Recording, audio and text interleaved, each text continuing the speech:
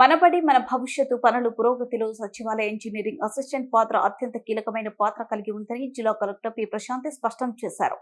బుధవారం కలెక్టర్ ఛాంబర్లో సర్వశిక్ష అభియాన్ పథకం సంచాలకులు ఇతర ప్రభుత్వ శాఖల ఇంజనీరింగ్ అధికారులతో మనబడి మన భవిష్యత్తుపై సమీక్ష నిర్వహించారు.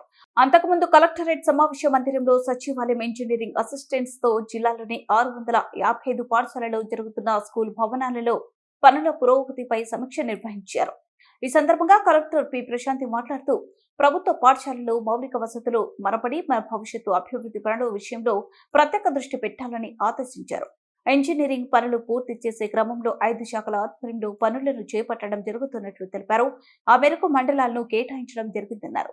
జిల్లా వ్యాప్తంగా 96.33 కోట్ల రివాల్వింగ్ ఫండ్ కు చెందిన 77.95 కోట్లకు చెల్లింపులు పూర్తి అయ్యాయని అధికారులు తెలిపారు. పనులలో నాణ్యత ప్రమాణాలు కలిగి ఉండేలా ఇంజనీరింగ్ అసిస్టెంట్లు వ్యక్తిగత బాధ్యత వహించాల్సి ఉంటుందని కలెక్టర్ స్పష్టం చేశారు.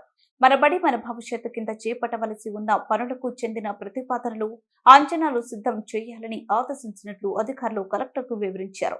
ఈ సమావేశంలో SSA PDS Subhashini, Panchayati Raj SE MD Alimulla, RWS ఎస్ఈడి బాలశంకర్రావు, జిల్లా పాఠశాల విద్యాధికారి కె వాసుదేవరావు, రాజనగరం డిఈ రవిలు పాల్గొన్నారు.